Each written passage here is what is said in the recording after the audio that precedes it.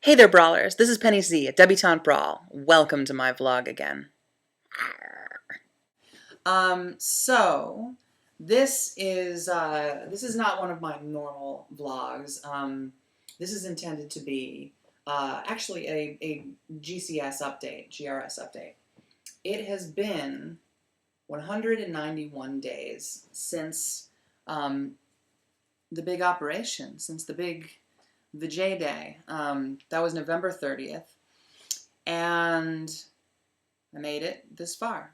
It's been just over 6 months. I was intending to do one on the 180th day because that seemed like a momentous, like kind of like an official sort of 180. I don't know. You know what I mean? Like average of 30 days per month. But then I got like a little like, wait a minute, should I do it 183 days? So it's 365 or 100, whatever. Anyways. And then in the end, I just forgot to make the video. So it's 191 days. And, I gotta say, pretty much completely everything is pretty done. I mean, I've been pretty done for a while. I got the granulation tissue issue, sorted that out, months ago. You do get a little bit of, bleeding here and there when you dilate. Just because, like, you don't always, manage to dilate, perfectly on time every, single day. So, I'll like, skip days here and there. And, maybe, I'm not trying to recommend that shit or anything like that. But, I think it's not that big of a deal as you move forward. I mean, definitely in the beginning, dilate a lot. And I really do try to dilate every day. I mean, I have not missed very many days. But once in a while, like, you're traveling or something, and, you just can't get around to it. Or, especially, like, the first 6 months or whatever like that, you're supposed to be, like, dilating, like, 4 times a day or something like that. It's a lot. But, like, you're fighting scar tissue, and you don't want the scar tissue to contract and for you to lose depth or width. And I've been pretty successful. I haven't lost any width. I think I'm like a 1/4 inch less depth than I had at my first visit, and probably because I got a little neglecty. But I kind of feel confident that I'm, like still pretty solidly, where I was. I mean, like, not much. So, hey, big boy. I mean, hey, little boy. Oh, no, not little boy. Fuck, I should edit that out. But I won't. You know what I mean? Like, hey, boy. Hey, boys. Are you 5.5 inches or less? Come talk to me.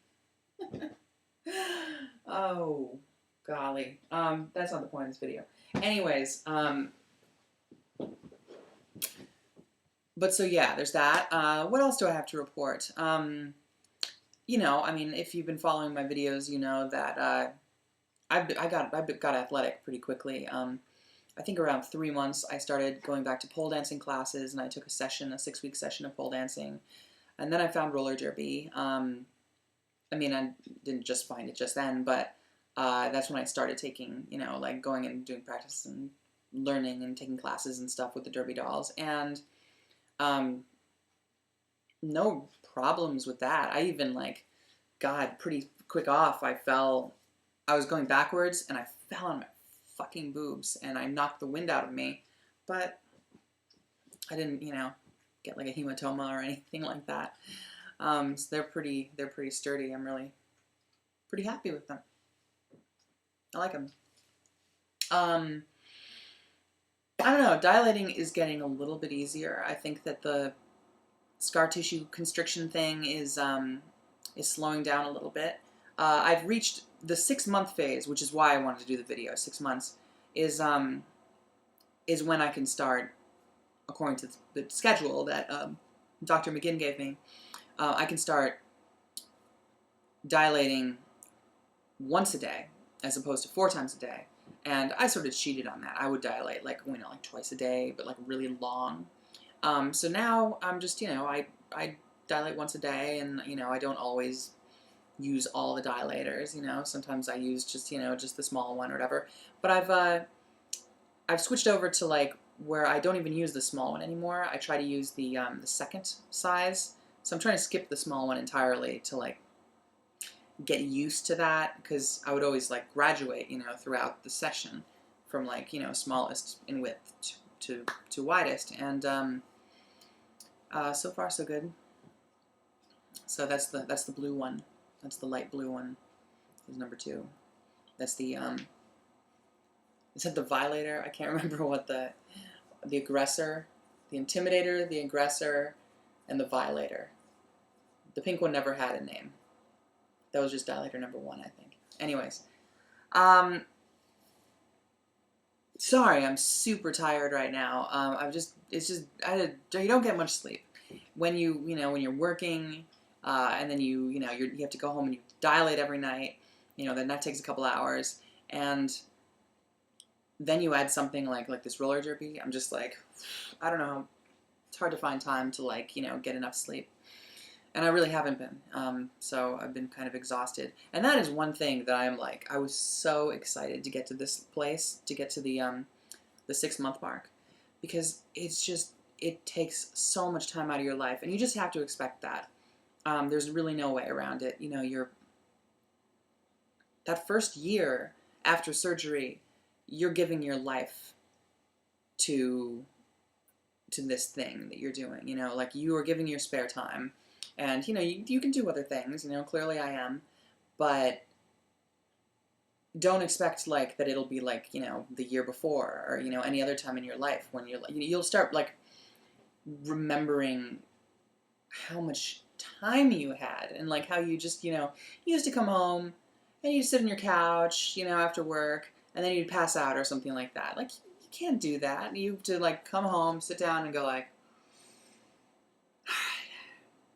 I'm going to go dilate now. There goes my night. So anyway, so there's that. What else did I want to talk about? Okay, I had one other thing. And this is something that I'm kind of embarrassed to talk about. I mean, what have I not talked about in here, right? But what I've noticed recently is towards the outside-ish area, but you know, I've noticed I have a little bit of hair, a couple hairs here and there on the inside. And so I'm going to see if I can go get those taken care of. But it's very difficult to have that done, and it's not always possible. Sometimes you just have to pluck them and, you know, hope over time that they stop growing back. But, you know, I don't know.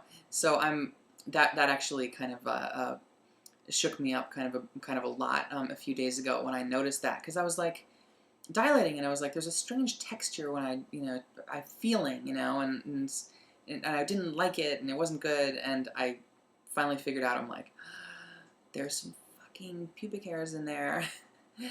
This sucks. And I got kind of cryy and whatever and got panicked, and then I talked to my electrolyst, and she said that they you know, as long as they can get to them, they can get to them, and so they're going to try to do that, and I am just cringing at the idea of that.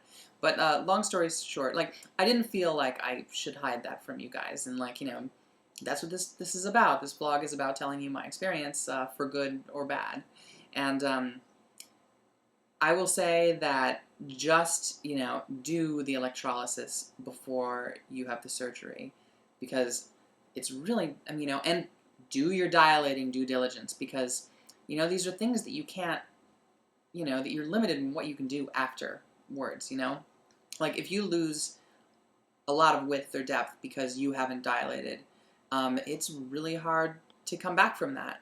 And if you don't get any electrolysis down there before your surgery, there's not always a lot they can do. Hopefully, I think things are going to be fine for me, but you know, just be careful. But so anyways, there's that. Now I'm thoroughly embarrassed, and I'm going to go. You guys have a good night, brawlers, and I'll talk to you later.